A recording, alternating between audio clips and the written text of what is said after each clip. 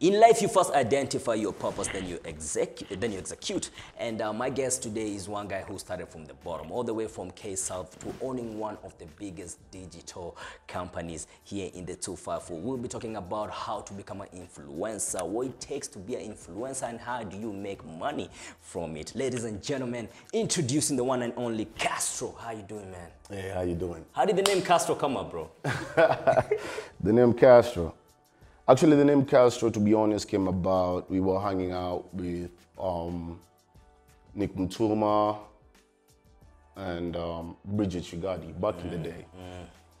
So we were in the ride, you know, and we were driving from Nick's home. Yeah. So I started telling them the story about Fidel Castro. Yeah. And then as we were talking about Fidel, you know what I mean, like, Nick was like, yo, dog, that story is so sick. he never knew about Castro. He never knew about Fidel Castro. And I was like, yo, how come you don't know about it? Yeah. And you went to IGCSE, you must have known this. And then he was like, nah, man, I didn't know about him. You know, I mean, I heard of him, but I never took interest in the history. So I told him about his whereabouts and how he is as a leader, and I admire him. And he just said, you know what, from today onwards, I won't even call you Marcus. I'm going to call you Castro. Because then I was called Marcus. Yeah. And the name just rubbed off with people, you know, instantly, you know, because you had that OG kind of vibe, you know, and, you know, a lot of people, like, you command, people listen to you, you know, it's one of the elements that you have, you know, so with your voice, I second that. I think Castro is a name that, you know, suits you pretty well, man. And thanks. You came from K-South, my man. K-South has like all the legends in the game. Man. You like, know, K-South is was you investing, you know, you becoming this investor, especially in the digital space? Is this something that you know, had an idea ever since you were young? Actually, coming from this, you know, from the neighborhood of K-South, well, we were taught how to learn how to pick business with your current times and the opportunities that you have. Okay. So back then I used to observe, you know, what guys would do to make money. You know, what young guys were doing to make money. And to be honest, at first I wanted to be a makanga. Yo, I want to be a tout. I wanted to be a makanga, mazin, nilikuwa kange. So, but I used to admire them, you know what I mean? Like, they were the niggas who were getting all the girls. Yeah, them niggas were flashy though. Yo, leave these kanges of modern day, you know, just only a few roots respect the makanga, you know, culture. Yeah. But back in the day, a makanga used to dress so well, man, like he was neat, fresh to death. He used to, you know, they used to... Just had some swag. Just had some swag, man, you know what I mean? And they used to get all the girls, and the cars were flying, the music was dope. So I always wanted to be a makanga because I felt like I'll get to listen to the dopest music, which was hip hop back in the day, still hip hop till now. And, you know, I just wanted to get all the girls, man. You wanted to get all the girls, yeah, man. Everybody wanted to be that guy, man. Look at you now, man. Nah, man. You have all the women, you know. And Castro, you know, one of the gifts that you have in life is your commanding voice. Oh. How can you, like, describe it? Can you say it came to you both as a blessing and as a curse? Because, you know, a lot of people will think you're loud. You understand? Yeah. Like, you know, for me, I think I'm loud in the sense whereby when I speak my mind out. You know, I don't know how to filter things. Like, it's just the way it is, you know? You just call it the way it is. And I think that's where the whole OG elementary came from. The OG elementary came from the school of you just speaking out your mind, the way things are. You know, you don't filter nothing. If you're broke, tell a shorty I'm broke. If you feel like your shorty is hurting you, tell her, yo, bitch, you fucked me up. You know what I mean?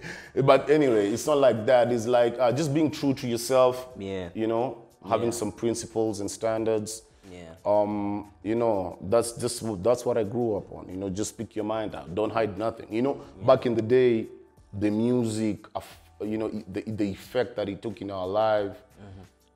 These were all great poets that we used to listen to. Guys who would rap and speak their mind out and their heart out, and they taught us how to do that. So I studied that from hip hop. I got that from hip hop. You know what I'm saying? So I can say hip hop is my second dad. That's what's up, man. And has it like made you brush off, you know, in some kind of way, you know, in the wrong way with some people? Yeah, of course, of course. Damn, sometimes I could say something so real that's hard to swallow. But that's just life, man, you know what I mean? And of course, it's gonna evoke some emotions here and there. But at the end of the day, you know what I mean, like we say, it is what it is, man. And you have to speak it the way it is so that we can come out, even the truth can come out the way it's supposed to come out. And, you know, you can be able to walk with it. And your love for music started at a very tender age, you know. And I remember when we met, you know, I was even surprised to know Fancy Fingers, one of South member, you know, used to be your neighbor back in the hood, you know, back in Castro. Fancy Finger, man, from South Soul. I studied with that guy. We were in the same primary school. He was a big brother. He's still, actually, he's one of my OGs. Like, I admire his lifestyle. If you can ask me the kind of guys I admire their lifestyle, I admire Fancy Finger the way he turned out to be, because he used to be one of the smartest kids in the school. He's always been a smart kid, actually. He looks like an A student, you know those students? He's an A student. Actually, he studied one of the hardest courses in the campuses. So, like, he's a really intelligent guy. You know, Polycarp. That's how I knew him. I didn't know him as Fancy Fingers. We used to call him Polycarp. So, Polycarp just ended up being the neighborhood symbol of hope. He showed you that you could still get your degree papers and still pursue your hobby and turn it into a career and capitalize off it. And I just admire the fact that now he's a family man. He's married, even though I wasn't invited for the wedding. I'm on my feelings, but we still held you down. We wished you all the best, and we just admired that guy. You know, we just admire the way he has moved. Because there's a lot of young dudes from K-South who know him very well. I'm also well off of his brother, Tom. He's a band player as well. Tom does dope gigs nowadays. The Jamhuri Festival is just something that has changed the whole culture of these youngins, the way they look at it. Jamhuri Festival is just something admirable. You know what I mean? It's something that we need to attend such festivals, because they speak truth to our culture. There's a matatu inside the festival, bro. They have matatus lighting up. You know what I mean? They have young crowd that's so fly. Everybody's fly. Everything is looking good, man. You know what I mean? So just like, you know, Jamhuri Festival is one of them events that I usually look up for too. And it came from Tom. So I understand where he got that culture from. So K-South is really a hub of the culture. If you're talking culture, music, and, you know, fashion. You know what I mean? In Tufafo. Big shout out to all the greats, you know, who, you know, hail from K-South, man, the Abbas. Man, Abbas, that's the godfather, man. Like, everybody in the neighborhood wanna rap like Abbas, man. You know one thing that I admired about Abbas and Bamboo? They taught us something that, they taught us that you could just be yourself when it comes to this music. Because they played a lot, you know what I mean? The wordplay was so funny, you know what I mean? Like, so like Abbas is one of those guys we admire in the neighborhood, you know what I mean? So like he was able to put music that so many young guys can feel like they can be themselves. And he was lyrical with it. He's hardcore with the bars, you know, and you can see what he has put. Look at the Abbas babies. That's and look at the K-South flavor babies.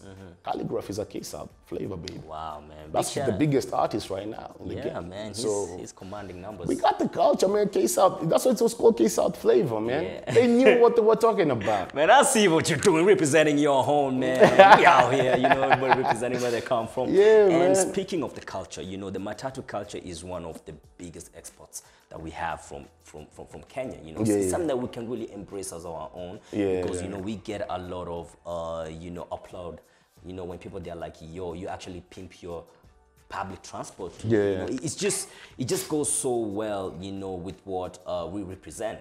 And when you look at the Matatu culture, here in Kenya especially, you know, you blend it in with music. Yeah. How come the love of our very own, you know, musically, our very own artists, how come the love and the lifestyle they're living is not resonating with the kind of love the Matatu culture is getting, because it's Matatu culture and music? Yeah. What's amiss? I think the difference in the gap is, and I'm sorry to say this, I don't know whether this would be right to say, but... Bro, freedom of expression, man. Like, here at African Youth Narrative, we are OGs, we're just gonna speak the way it is, man. Airing our right? opinions, yeah. So, due to colonialism, man, this is something that I just read the other day, and I was just trying to understand why we have a lot of self-hate as black people. You know what I mean? Why do we hate ourselves like that? You know what I mean? So colonialism messed us up. You know what I mean? We were taught, we were downgraded, we were taught things that, you know, downgrade you. We even look at our education system, we just learn about things that don't even reflect to us. Yeah. We don't learn the real stories about us. The history is a lie until when you walk into the archives and you realize, man, all those history classes that I took is for. You know what I mean? So like at the end of the day, it taught us how to hate ourselves. So we are trying to come from, I think we are healing from those wounds, because our great-grandmothers didn't talk about what they went through. I'm lucky. Are you talking on the basis of they talked about general us as black general people, us as Africans, Kenyans, actually. or us as Kenyans? What we went through with the British, man, it was so vital, it was so bad, it was so ugly. We were taught how to hate ourselves from then. So that's the reason why we used to be very peaceful as a country. We used to respect each other. There were tribesmen. Nobody could walk over somebody's, you know, region without, you know, checking in. All this division was brought by the British. When they came into the country, they just messed all of us up, you know what I mean? So like we ended up, that's when tribalism started and all this shit, you know what I mean? But we were good before. And due to that hate, and then we were taught how to hate ourselves. Like we are nothing, you know, diminished completely, you know?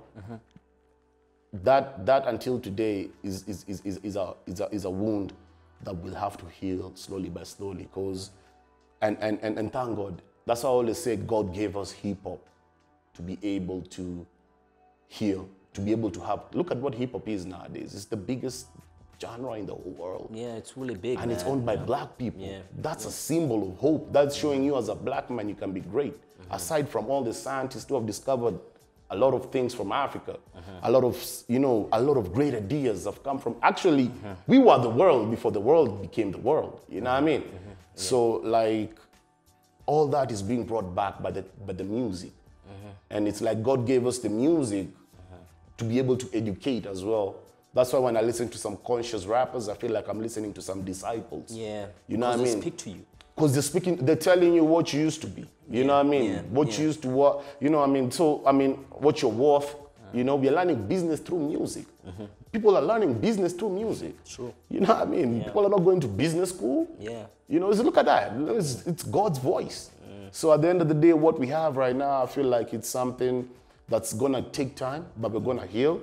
And look at how we started the year. Yeah. It sparked from just calligraphs, One Instagram post. Yeah, and the whole Play country. Play music, Kenyan. You know what I mean? Play Kenyan music, and look at it now. Yeah. You know what I'm saying? It's a hashtag, and everybody, it's a movement actually. Yeah. So we are converting the narrative of things, you know? And I feel like this is our time now to start kicking in and start being, you know, wealthy off our arts. Yeah. When we say like all eyes on Africa, and I'm talking on the basis of arts, you know, and talent as a whole, because unless you've been living under a rock, you can tell like everybody's just focusing on Africa. Everybody wants a piece of Africa right now.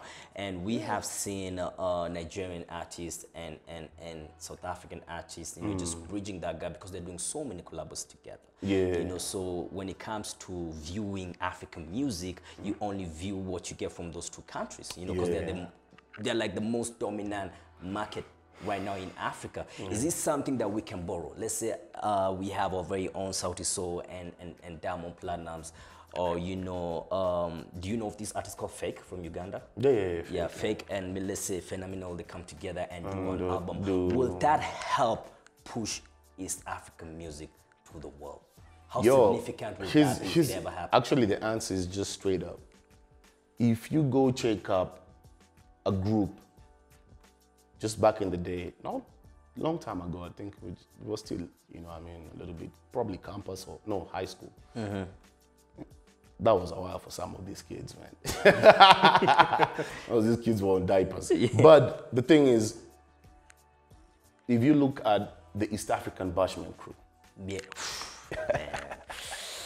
Nazizi, Baby Cool, Waire, and then you are the baddest producer there, Washington. now look, look at what we brought into the market. Look at what both markets submerged and they came into being.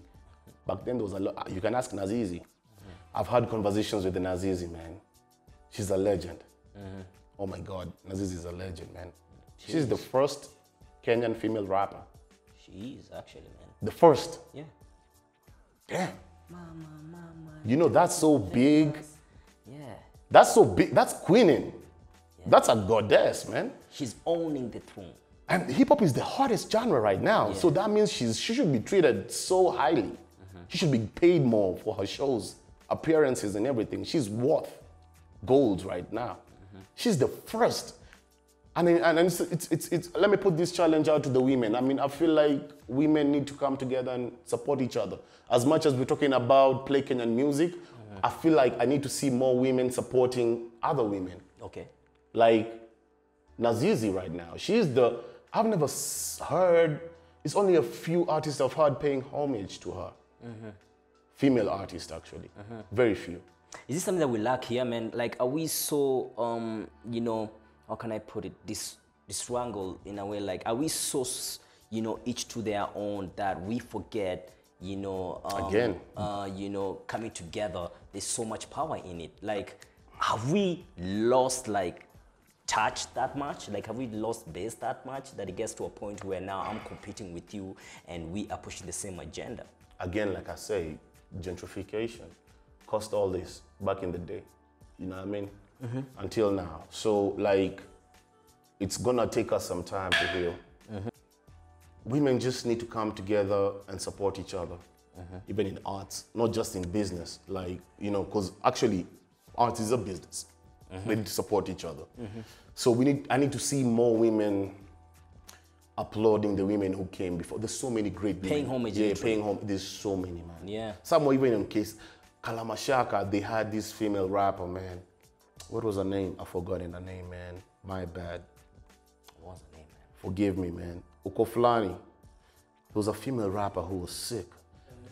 Elness, right? Yeah, Elness was... Big shout out to our DOP, man. Yeah, you know, he knows his hip hop. Elness was crazy, man. And as you come up to Lady S and all these people, like, look at how we're forgotten about Lady S, man. Yeah. And she gave the game so much juice. Yeah. You know what I mean? She made women feel confident. You know what I'm saying? So people need to pay homage to the people who came before. And it's all started with Nazizi, man. Yeah. So back to East African Bashment crew. This is my whole plan and this is my whole idea. If we have East Africa united, I think we can beat the whole of Africa. Yeah. We could be the voice of Africa. Yeah. First of all, Swahili is one of the most Swahili is the most spoken language in the world, and people think that that's a joke until they go outside there and they see how people embrace Swahili, how people love Swahili, how people want to study about Swahili. Now, you could see from the reception that King Kaka got from the Hot 97 interview. You can see they were trying to speak Swahili. Yeah, because even Ibro, he was like... They were interested in Swahili. Yeah, so it's time we ship this culture. Yeah. You know what I mean? Yeah. And egos won't make this culture. You know what I mean? Only talent and a few humble men who are going to make this culture. Look at what Calligraph and Rayvani did.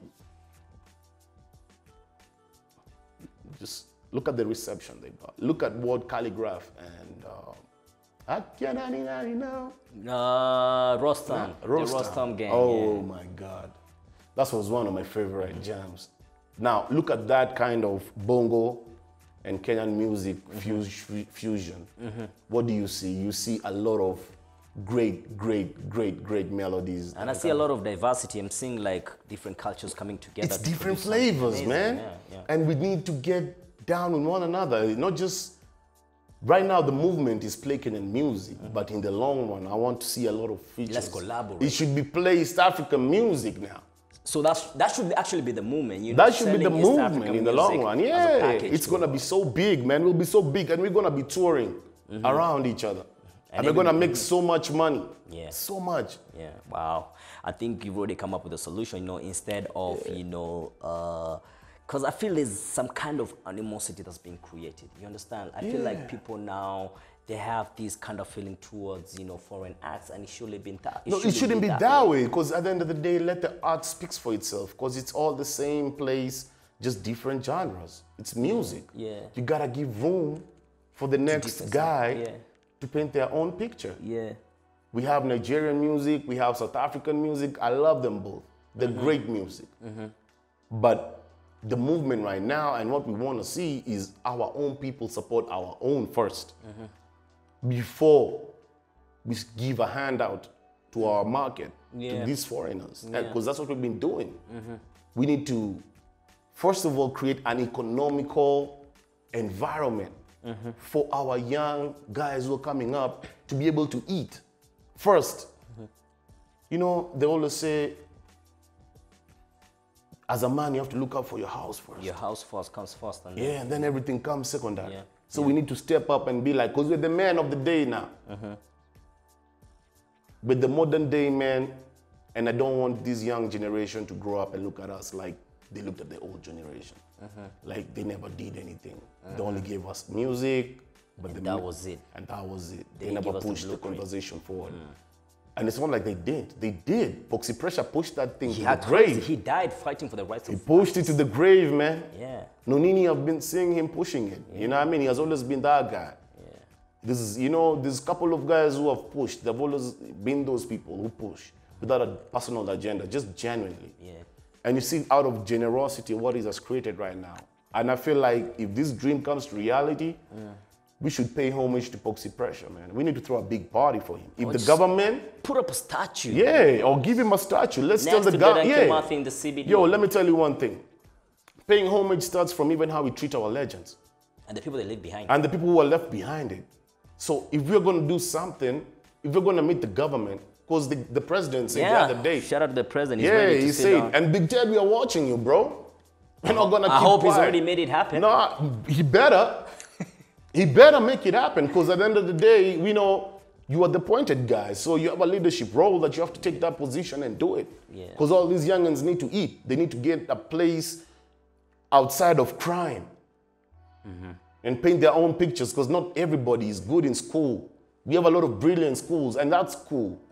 You know what I mean? It's good to be cool, but it's good to be yourself. And arts people are themselves. They just want to get paid from what they're doing. You know what I'm saying? So at the end of the day, Big Ted got appointed to do this job. He better does it. He better calls for people to help him. Will show up if he reaches out. And the president said we blame they shouldn't make it a personal agenda. They should make it a we agenda. So that they could feel even the fire. They could feel it. Yo, they're supposed to show up like 40 people in that meeting, or 50, or even 100. With all stakeholders. Yeah, all stakeholders. Like, I believe it should be like... From vernacular... From vernacular to corporate. Everybody. Like I also feel like everybody should be involved. Like because corporate, they give so much money. Even corporate, we need to see a couple of MDs from Citizen, from NTV, from K24. We need to see a couple of MDs show up as well. Do you for feel that like conversation. Do you feel like it's serious? Do you feel like it's something that everybody needs to get involved? Not only the media stakeholders. Do you feel like also the corporates? Everybody, like, corporates, everybody needs to show up for that meeting to support these. Because they put so much money in artists. Because they put so much money in artists, and they want to get the reach. They want to get the volumes, because music commands presence. Music commands a lot of, you know, conversations. Music sparks the way of life for people. Look at the lifestyle we're living now. It's off music. It's off music. How you dress. Look at me, man. Full Buddha. Yeah, man. You know, it's hip hop. It's hip hop. Yeah. So what would make Safaricom cool? Music. It's called culture capital. Culture capital. That's what it is. You know what I mean? And once your brand is segmented to a culture, man, you last forever. Look at Coca-Cola, man. From back in the day, it has never died. You know what has kept Coca-Cola alive? Culture. Culture. They invested in people's cultures. You know what I mean? Yeah, yeah. And that's what you call culture capitalism. So you have to be smart about it. So if they want to get down with the youngins, if they want to show like the supporters, they need to show up as well for that meeting. It's serious. Even the army, they have a band. They release music. Yay! One of the representatives needs to be sent. Wow. So the government can see this thing is a serious thing. People are surviving off this thing. You never know. You could get kids 20 years down the line. He's the biggest star in Africa, and he's probably saving you from a foreclosure because you never know how things turn out to be. Yeah. We have watched our parents sacrifice for us to live the lifestyle that we're living right now. So you never know. Shit could go haywire, and your kid could end up bouncing back and be the pillar of your economic living sustenance. Yeah.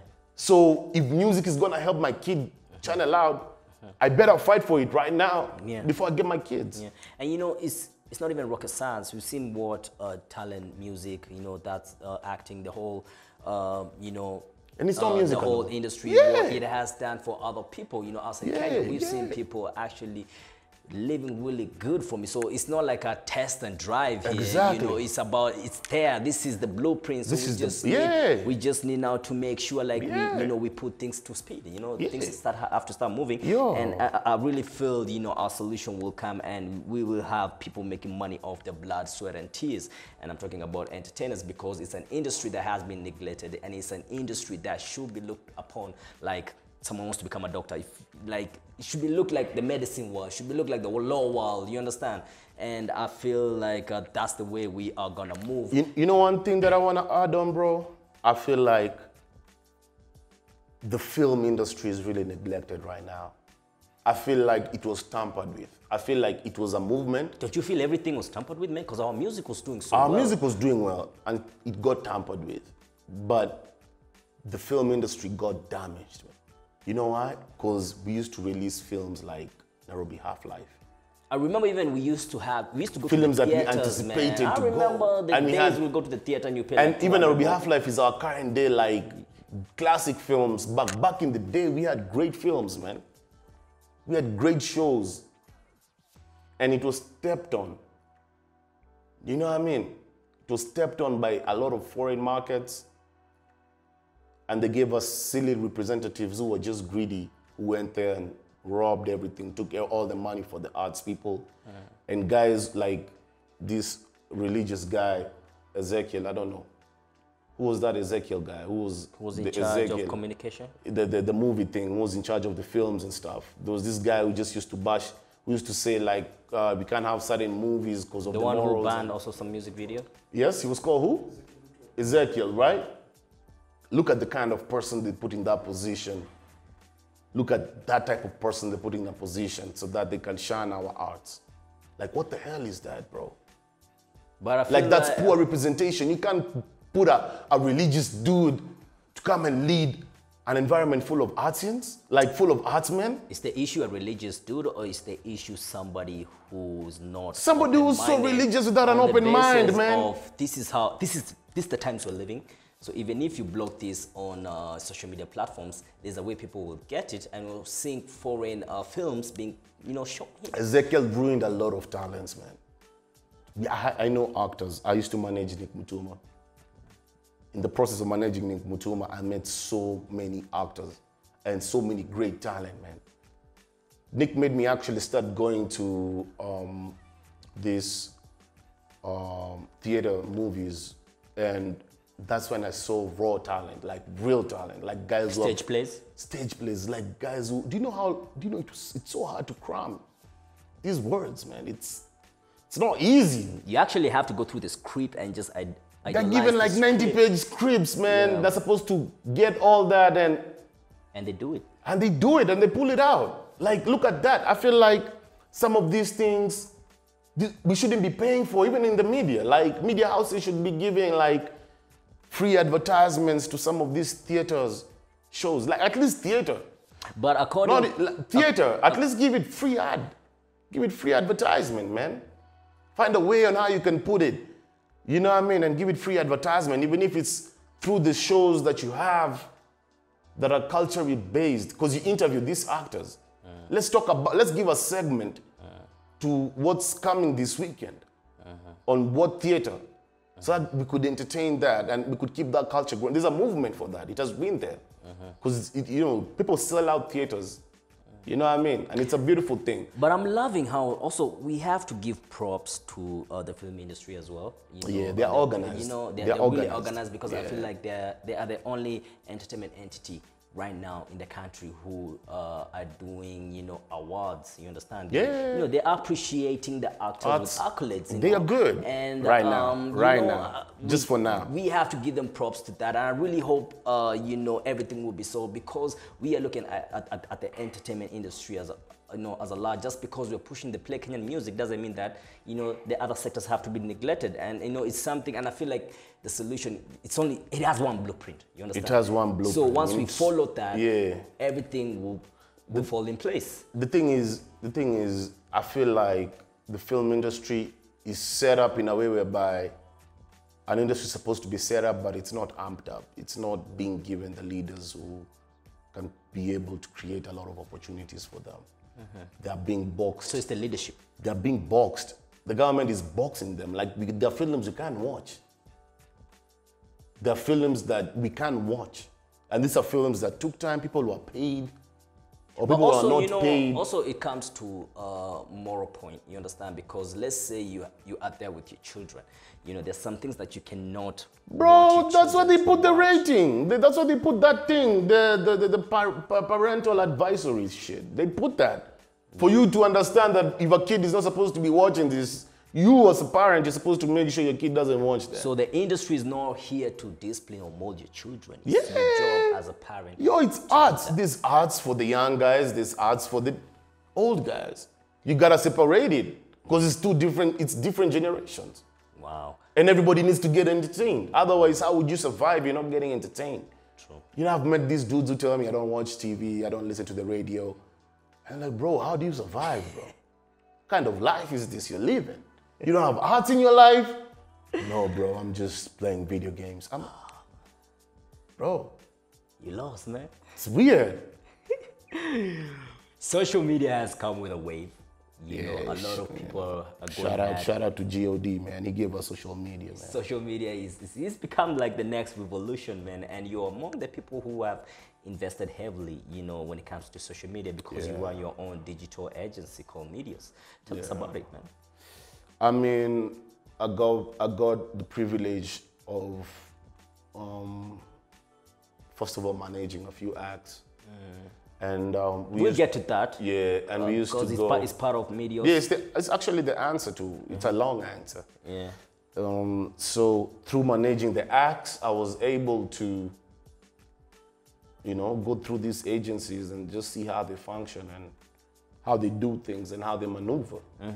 Because being a talent manager then, it wasn't paying nothing. It was just a hobby and a passion that I was pursuing, so that I could run away from the street life. So before starting the agency, you managed a couple of guys. You were more of a talent manager as compared running an agency. Yeah, I was just an individual manager. No money was coming in? No money was coming in. I only got a breakthrough. From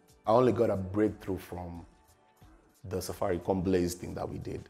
That's when I was shown my worth.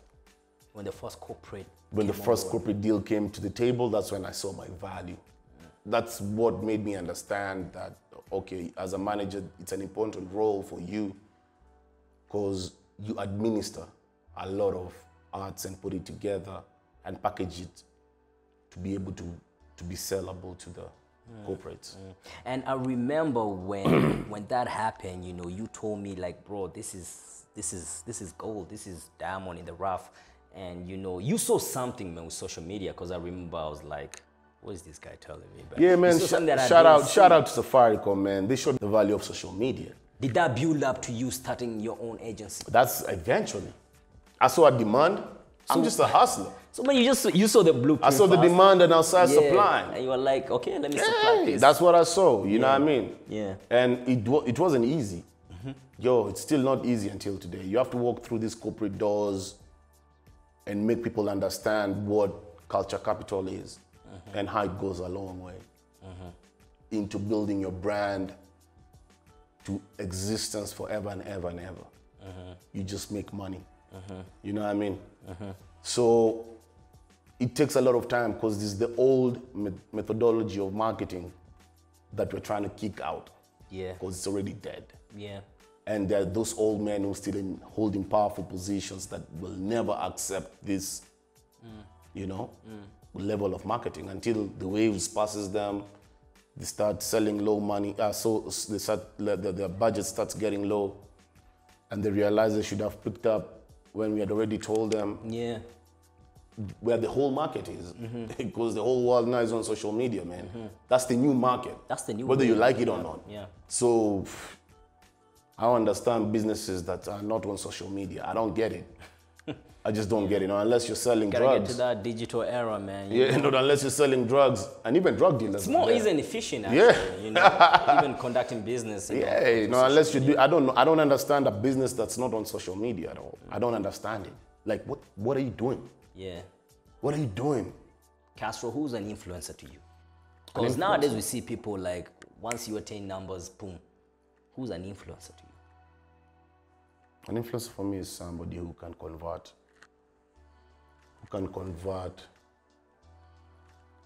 any product into sale. You know what I mean? That means, this is how I'll put it. If you have the power of making us believe, there's nothing you cannot sell. If you just have the power of making us believe what you do, and we see it's genuine and we buy into it, there's nothing you cannot sell. So for me, that's an influencer. If you manage to convince a certain population about what you do and about your life and your arts or whatever, and they follow you because of something valuable in you, which is your skill set. That means, hey. So basically, what an influencer is someone that he or she can tell the people, yo, this is the new way. You can command I a believe presence. in this because of this and that, and people get into that. You can command a presence. So having numbers and having influence are totally different. It's totally different, man. It doesn't even add up because people buy numbers nowadays. You know what I mean? People will do anything to get their numbers up. Okay. But you'll know when it's real when somebody says, hey, I'll be at this certain store tomorrow. Pull up, we're doing a sale. And the first few people who show up, blah, blah, blah, blah, blah. Literally people will show up because of you. And people will show up in numbers. You know what I'm saying? For me, that's an influencer. So I wanted to put it that way without the agency words that we use, and I wanted to put it that way so that the young Jews who are aspiring to be influencers can understand what I'm talking about. Yeah. You have a very big catalog of influencers, man. Who are some you can say are your favorite? Like, they're so easy to work with. You know, you're just always having an easy time working with. Because I know it's hard, man. Did you ask this question to favor yourself? No. No, I'm just saying, man. Snake nigga. No, okay, here's the deal. I feel like, you know, you're one of the great influencers that I like working with, you know what I mean? That's you know, different people that I really appreciate working with, you know. I mean, if you can give me, let's place them in one hand. So give me like 5. Man, they'll think I'm biased, man. They'll kill me for that. Like, we're talking facts, right? Yeah, I love everybody. We're just talking about who are some of the influencers who always make it easy for you. You understand? Because here you're dealing with egos. You understand me? You're dealing with people who build brands. It's not easy building a brand. You know. So like who, you know?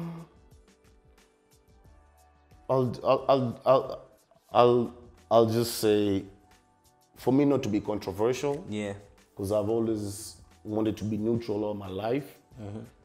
If we are vibing on a daily basis, like, not on a daily basis per se, like on, at least we're touching base once a week, I mean, you're one of my favorite influencers that I'm working with. You're not gonna give us names? So I won't give names, man. Like, okay, who's your favorite? But I really who's respect your top a lot. favorite number one? I really respect Who's a lot. your number one? Yo, bro, what are you doing? Okay. This is what I'll say. Shout out to this influencer. She's my symbol of what being an influencer is. Okay. You know what I mean? Shout out to Joy Candy. I really like Joy Candy and the way she positions herself into the market. I mean, she's really passionate about this thing. She led the way. I call her OG Des when I meet her. She was among the first bloggers ever.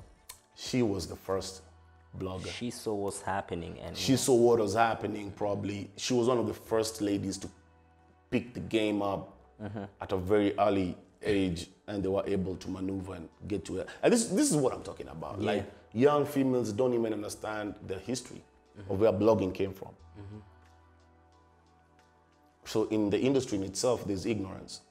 Where did blogging in Kenya come from? Joy Candy would answer that question nicely. I feel like you should have Joy Candy here.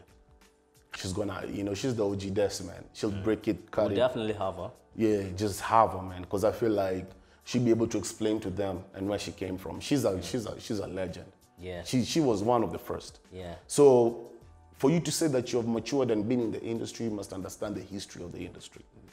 For me, the conversation starts with a lot of respect. Yeah. Yeah. Okay. So it shows passion. So you have to study the industry you're in as well. You have to understand it.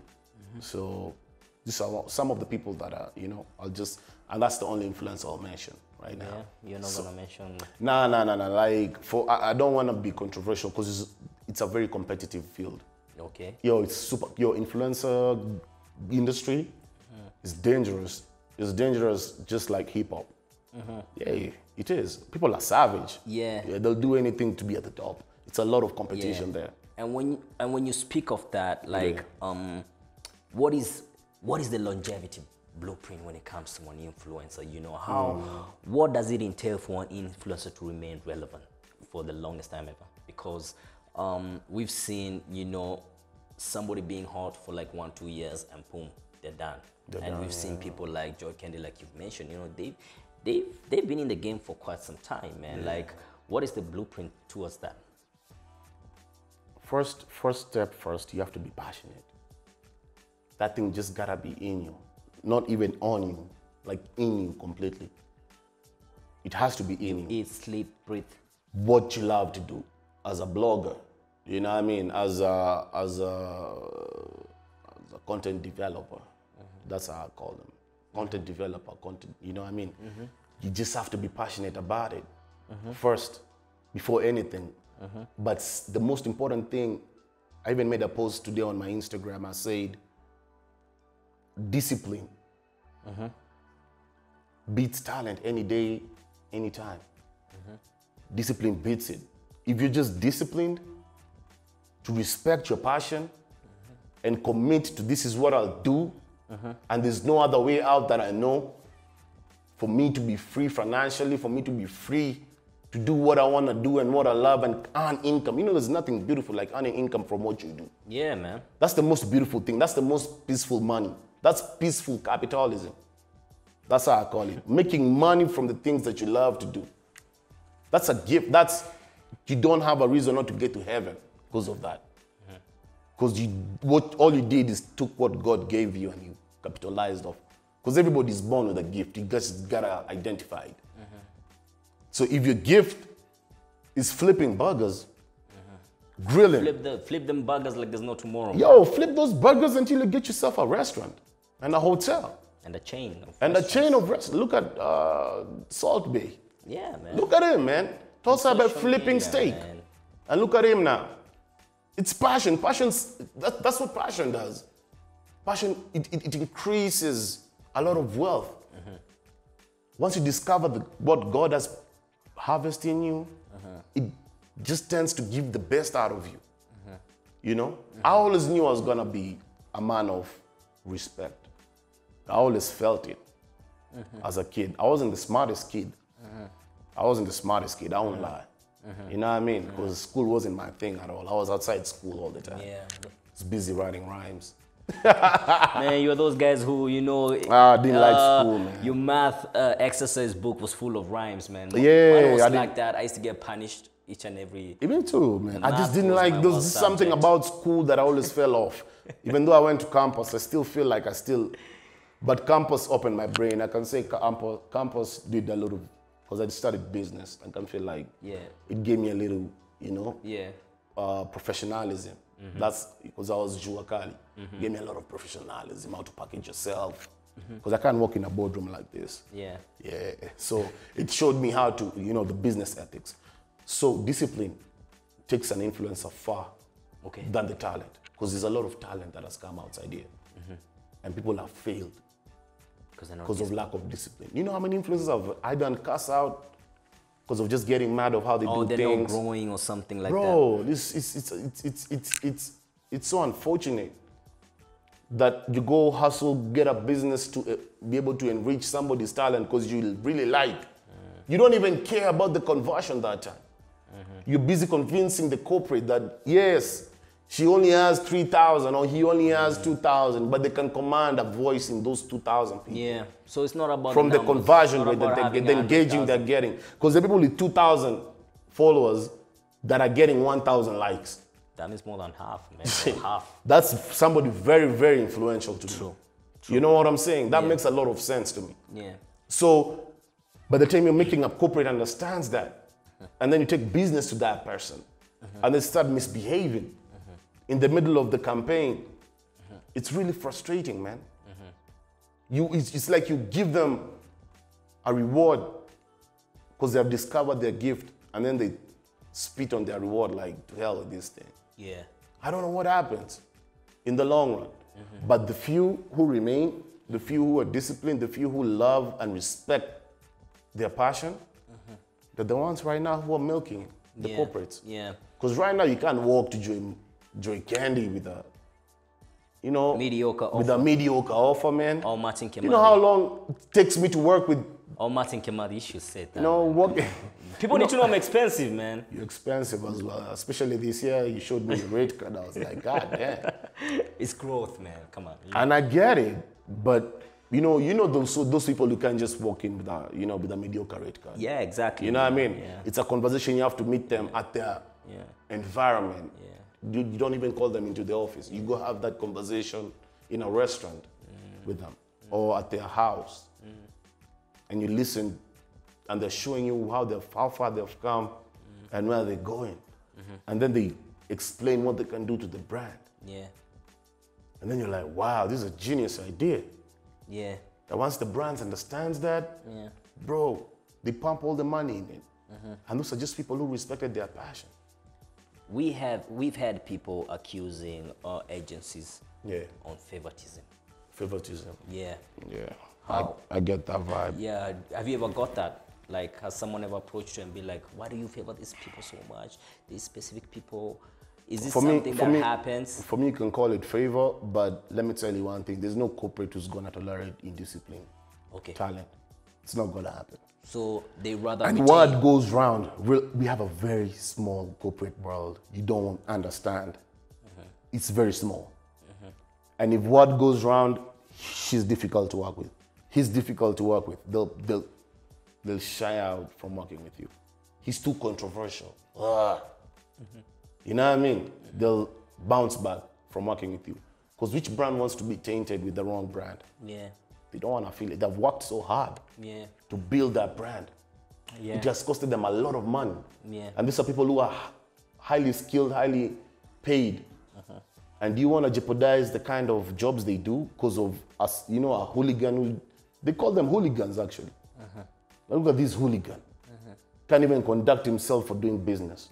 So it's better. And it's real shit, because at the end of the day, it's real, man. Yeah. You need to conduct yourself right for business. You need to pick up your calls when you know your deliverables are done. You need to conversate with, you know, just business ethics.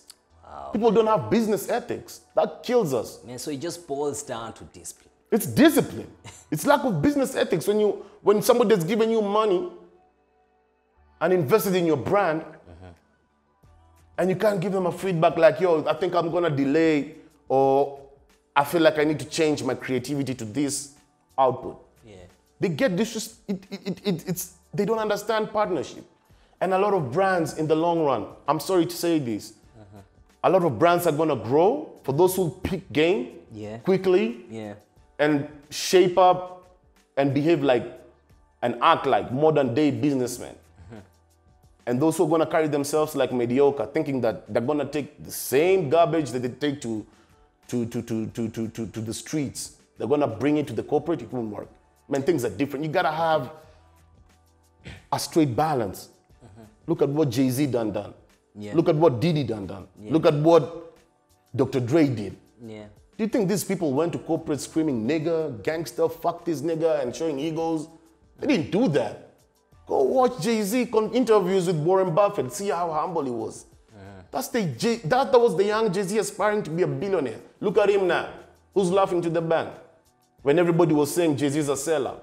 He's the boss now, and everybody, he's kissing his Look ass. at that. Look at that. He just wanted to study the whole structure because he felt like black people need to be paid more. We understand our worth. Now, there are people who have paved the way for you to understand your worth. Now, you're going to come and bring a lot of nonsense to this. You can't bring street values to corporate world. You can't do that. They don't work. You know what I'm saying? Whether you're street or, you want to corporate. And the modern day gangsters are corporate. That's what people don't know. Gotta brush off. Yo, they think, bro, you think that because you come from the streets. They're street smart. You can Yo, be street smart and work so let me well tell you in one the thing. world, man. Let me tell you one thing. There's no wolves. There's no wolves. And there's no more gangsters like in corporate world. I'm telling you the truth. There's no wolves that have ever. Yo, bro, believe me, bro. People are making mad money out here. Like billions, bro. Off, people's ignorance at the same time. And you're talking about here in Kenya. Yo, people are milking. I know young guys who are driving big because of that. Just technology. Yeah. You know what I'm saying? Yeah. And all it takes is you to respect your passion and conduct yourself like a business person. And when you walk to people, people can respect and at least you can have a conversation. Now, when I call you for a meeting and the corporate wants to do a brief and you pull up in the meeting smelling weed, your hair is unkept, you know what I'm saying? What you see is what you receive, man. What you see is what you'll receive. So the client will be like, look, he's influential, yes, but look at how he has carried himself. I think he's worth this amount of money. He's not worth this amount of money. So, man, the packaging, it has to be good etiquette. It has to be straight etiquette. You have to dress nicely. You have to dress nicely, keep time. Yeah. Carry yourself well. Don't have grown men sitting in a boardroom waiting for you for an hour or 30 minutes or 15 minutes late. Don't do that. You can't be late by 5 minutes because we're blacks, you know what I mean? Comes a lot of garbage, black timing.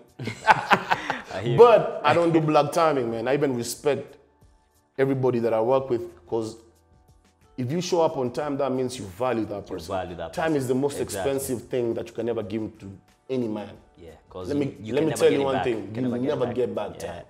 Ever again. Yeah. That's more value than jewelry.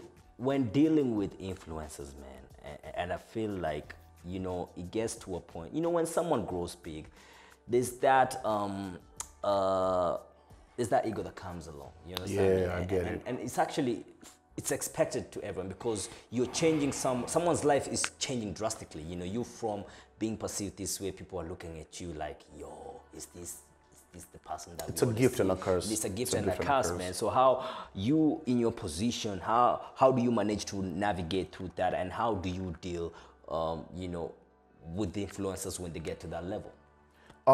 I think coming from the arts world and doing artsy things that I did back in the day, I'm basically looking at myself from inside out. So when I'm conducting business with an arts head, I know certain behavior. They're not normal people. People they're geniuses in their own world. They're not normal, man. Arts people are very sensitive people. You heard what Kanye said? Yeah. They're highly sensitive people. And it's true. Because everything is amped up with them. Emotions are amped up because you're always in these arts whereby you're trying to take your emotions into another world and discovering this other world and trying to show people how you can paint this picture for this other world. It's a lot of deep science that goes behind arts.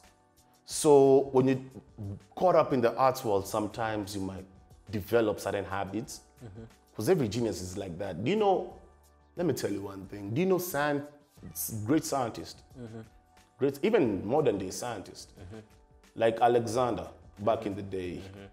Dude had ego. He was arrogant. I've read his book. Yeah. Dude was just arrogant from a kid. Look at Steve Jobs, man. I mean, dude was just hard to deal with. But he's the reason why we're all walking with these iPhones now, flexing and taking all these selfies with it. Yeah. So they're difficult people to deal with, but that's why corporates approach people like me and my team to be able to navigate and cushion off all that pressure, because they've been taking time to study how to be relatable to the arts people. Because whenever they deal with them, they'll deal with them as a corporate. They'll think I'm just dealing, it's the way I'm going to go and tell a sales guy, yo, remember your KPIs, right? Yeah. They expect that's what they'll do. So they treat them like they're salesmen. And they forget, yo, listen, these are arts people. Yeah. They're conditioned to be the way they are, and you're gonna have to wait. Yeah. And it's a lot of patience that comes with it if you wanna get a rewardful and a good marketing sale. So you just have to be patient. They come to us to educate also. How do you guys deal with these people? How do you make them give you the best arts? And we do that.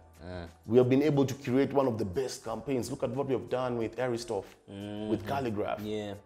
It's history in the making. Which brand has been able to carry an artist and walk him through his journey to higher heights on that level? Look at him now. He's about to drop the biggest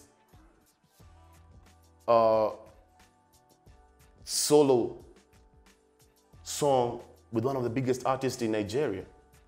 Wow. He's about to drop another big song with an artist from South Africa. He has dropped a couple of bangers with artists from Kenya through Aristoff, Vodka. Yeah. They gave him that opportunity. Now, if all corporates did that, they held one artist and they walked him through his journey, and we can show them. I'm appealing to all corporates. You can come through, we'll show you how to walk a journey and be able to raise money for this culture capital and make a lot of money, and your brand will live forever. We can show other corporates how to do it. Because now Calligraph is starting to beat his targets. And we can see it, man. And we can see a lot of youngins are riding with the Aristoff wave. They love the vodka. It's good. And it's moving. So at the end of the day, if all corporates did that, can you imagine how much pockets we're going to put into the culture and what the culture would produce? Wow, even for the corporates, man. Even for the corporates, man. Can you imagine, bro? And Aristoff, this is a foreign brand. I swear I didn't even know about Aristoff until I saw Calligraph. Until you saw Cali talking about, and this is a foreign brand that's got licensed here and can be consumed into the market, and they did that. Not to bully the competitors, because EABL and them, Diageo, they have a lot of money, but they have old school ways of doing things. I see that they're trying to catch up with what we're doing. We need to change things. But they have a lot of red tapes before they give approvals. And you know what I mean? Things are very slow.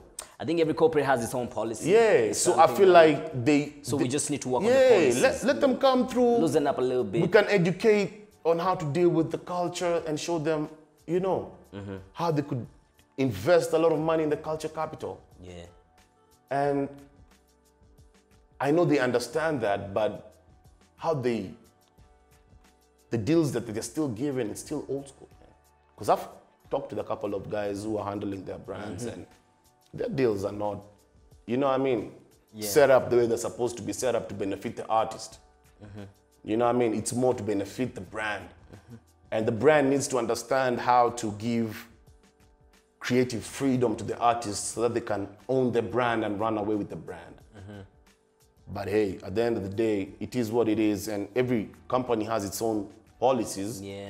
But I feel like let's make them a bit more. If they wanna invest in this culture capital, this is the wave right now. This is when the conversations are happening. This is when we're talking about play Kenyan music. Yeah. So the compositions are there, and I time feel like to put your mouth, it's time to put your money where your mouth is. Yeah, true. You know what I mean? It's time to put where your money, you know. So if they're gonna do that, we could create a lot of talent and build their brands to a whole other generation.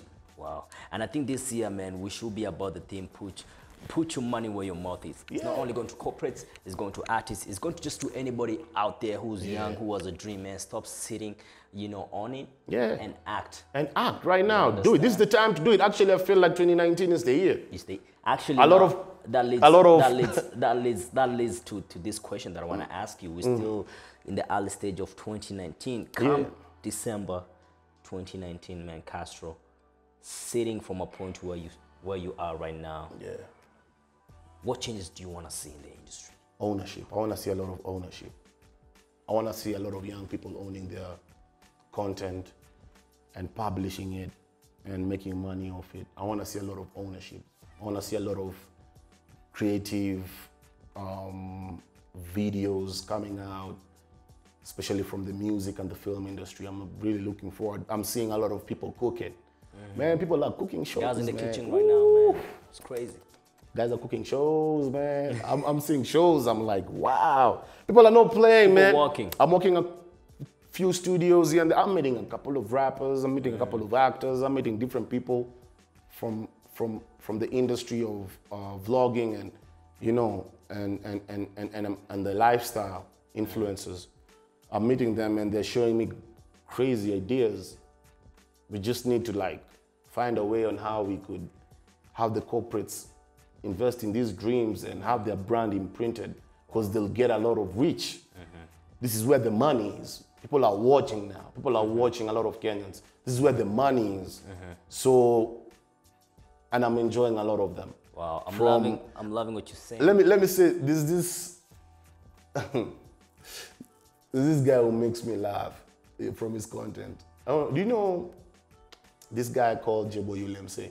Jemo Ulemse, funny guy. Yeah, Jemo Ulemse just makes my day, man. Like, cause some of these influencers, man. Like, yo, corporates, holla at us, man. Let's work, man. I think 2019 people are putting in work. Yeah. Let's just streamline the policies, and you know, this is just to anybody out there, man. If you're lazy, keep being lazy, bro. Because true, people man. who are planning to work, man. 2019.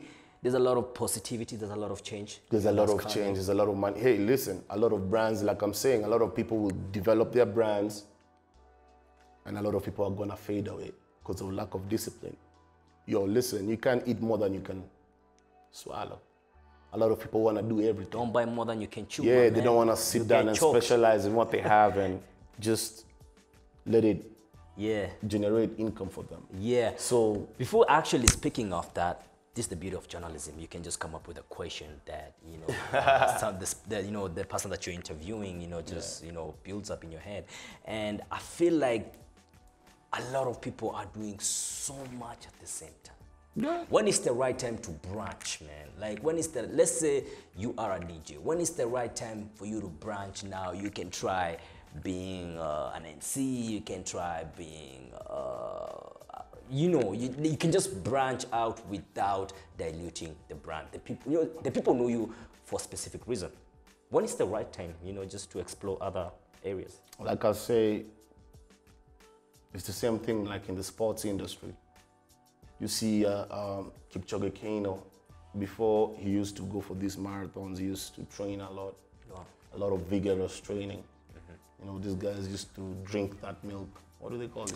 It's called, yo, it's called musik. Musik, something like that, yeah. You need to drink your musik, and they used to run in valleys very early in the morning.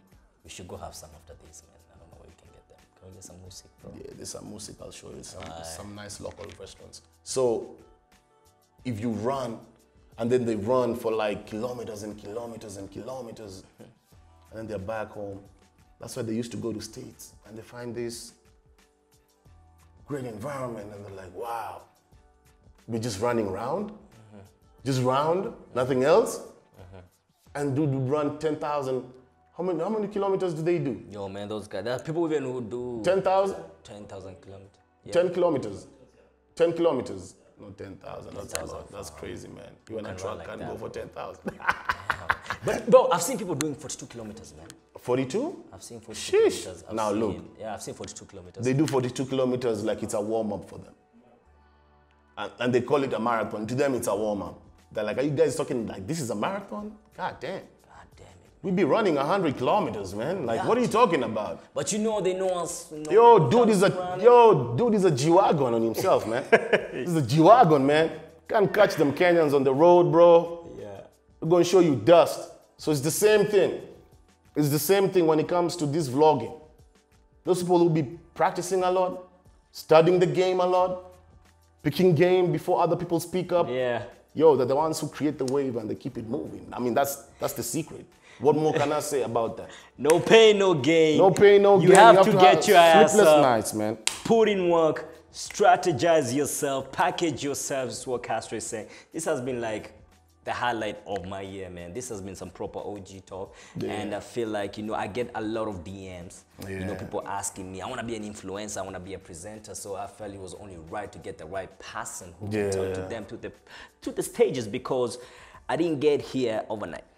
Yo, we walked through you. I'm so proud of you. Just to see you having your own establishment, starting your own, you know, company and doing what you're doing right now, like, thank you, man. I'm really proud of you. Like, I can say, like, I don't know even what to say. Like, if a lot of people who come into the industry through journalism just get the blueprint that you have laid out right now, I feel like we'll have a lot of media personnel, you know, who are independent and don't have to rely on mainstream to you know, earn an income, or, you know what I mean? So what you've done with yourself is really big. You're an influencer. You're an established journalist. I can't wait to see where this dream is gonna go. Passion, man. Like you said, man. If you don't have passion, man, you have to be willing, you know, to. I think one day we'll reverse the roles.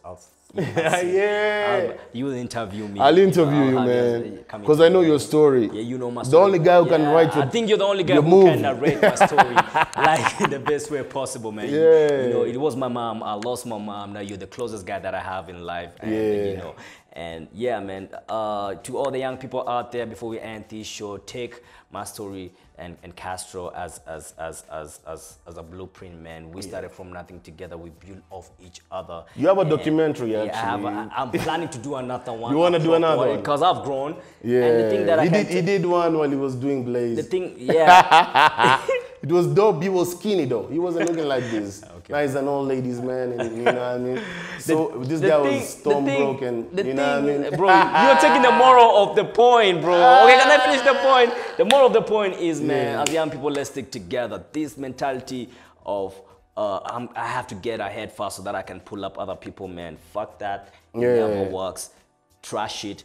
Start working with people, man. This has been African Youth Narrative. Yo, wait, before you close. I'm not even closing. You're closing? I'm about to close. Yeah. But I'm about to ask you if anybody out there, you know, because I'm telling you, we can sit here and talk the whole night.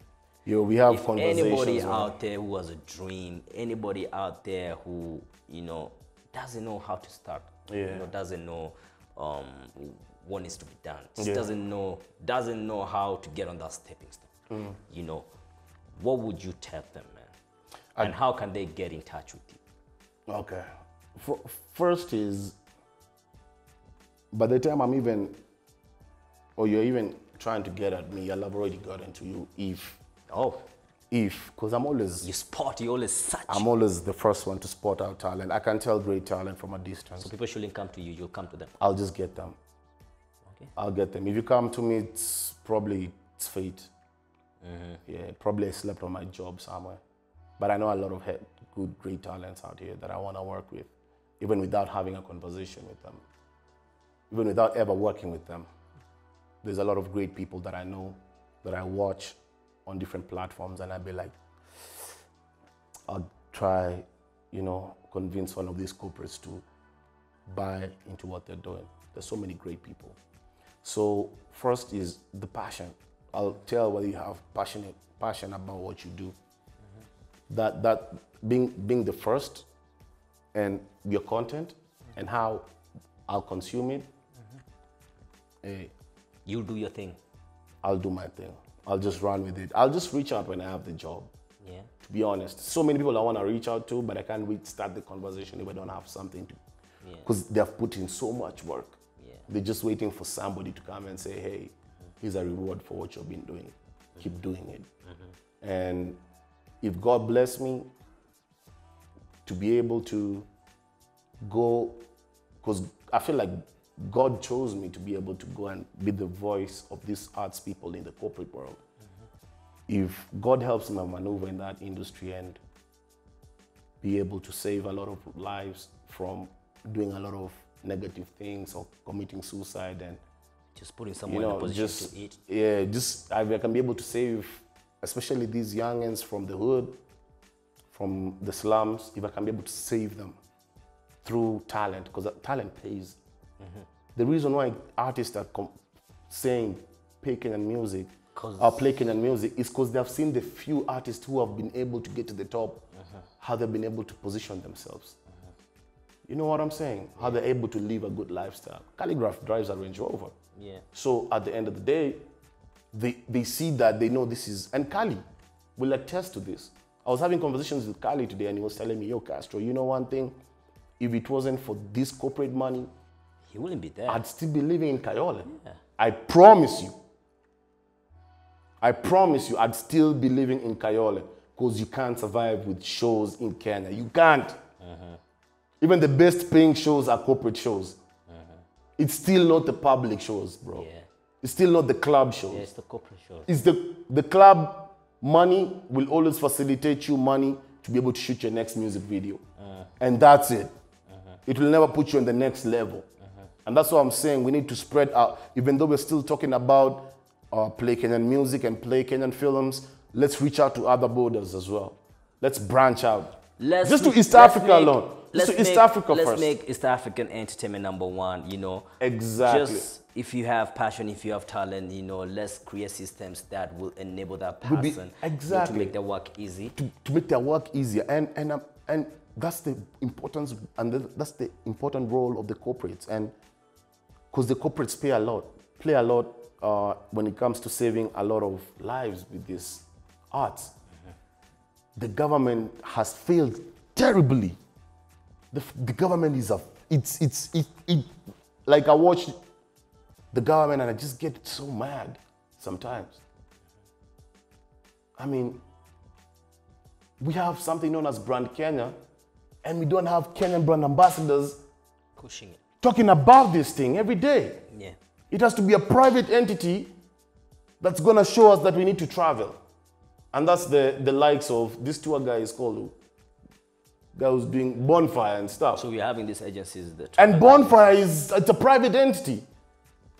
And we have a whole. But they're using local celebrities and local influencers. And that's why I'm saying it's a private entity that's doing that. We have a government that has a Ministry of Tourism. And it's not using Ministry. Yeah. And we're claiming tourism is our biggest industry to generate income for this country. Yeah. And we don't have influencers, celebrities, like Calligraph should right now be having the rights to walk to any damn hotel and live there and produce his album from that hotel, and they give him free rights because he knows that they know he's the culture of Kenya right now. He's selling. We don't have no government arm supporting any artist, nothing. Look at what they're doing to the sports people. Leave even the artists alone. Look at our sportsmen and how they live. Have you seen those pictures? Yeah, I've seen them, man. Guys sleeping on the floor. It's really bad. It's really bad because. And they've gone to represent Kenya, and once they win, they're gonna go package that guy and take him to the president. I think. And make him say nothing. We'll do this. This is what we're gonna do. God damn. We're gonna have another show where we're gonna specifically talk on stakeholders and what they really need to do. They need to step up the game up. These kids are gonna. Let me tell you one thing. The day we decide to unite and elect our own leaders is the day we're going to start kicking. The day we say enough is enough, for me to give you, don't give me the 500. Tell me what you're going to do if I give you this vote. Yeah. Show me what's my value so I can give you this vote. Yeah. The day we understand that, as young, because what's 500 going to do to you? What's 1,000? You'll use it, go drink with your boys, that's it, and be like, yo, senator gave us this, or governor. Bro, we need to select leaders, bro. We're going to go there and speak for the youth. and speak for us. Generation of wealth, man. Yeah, we need to get leaders who are going to speak for us. And that's why I acknowledge even certain politicians. I don't want to mention names. There's so many young politicians who are really dope, who are really pushing this agenda, but they don't have the support system. You know why? Because we're not supporting them. We're not financially being able to do what other corporates would do. This is not a banking industry whereby a banker will go look for somebody like Moses Kuria and pay him to go speak for their laws to be taken care of. We won't do that. Yeah. We don't have money. We just need people of goodwill who wants to see young We just need people with good hearts. Yeah, like, come on, bro. I gave you a gift. I give you a vote. God gave me a gift. Just go make sure that we eat. You know what I'm saying? Big shout out to you, Castro. I'm telling you, we can sit here and talk 24 hours. Man. We have to come up with more time, and we're definitely gonna do that, man. Expect to see Castro real soon, because I think there's so much we can discuss on. We cannot do it on one show. Yeah. But big shout out for you coming through. Thanks. At African Castro, you can find him on Instagram, on Twitter, on Facebook. Mr. Makweli. Umeipata kusema kweli. You already know, man. Let's keep the conversation going. Hit us up on our Facebook page, African Youth Narrative. On Instagram, it is African Youth Narrative. On Twitter, it's the same, man. Let's keep the conversation going. Now, come on with your like. Please like, subscribe, leave a comment. Tell us what we need to do. Who do we need to bring? Because at the end of the day, this show is all about you and not me. You understand? It's about the guests and the people. For sure. Man, I do this for you guys, man. So Allah, man, I hope today's episode has been informative. I hope you've learned one or two things when it comes to social media. We'll be talking about more. Make sure you keep it on our social media handles like I've told you, but don't worry, we're also gonna have them after the show. We just display them on the screen for you guys. But thank you so much, Kamakawa, man. I've been your host, Martin Kimadi. I cannot wait to see you guys. Until next time, stay blessed. We out.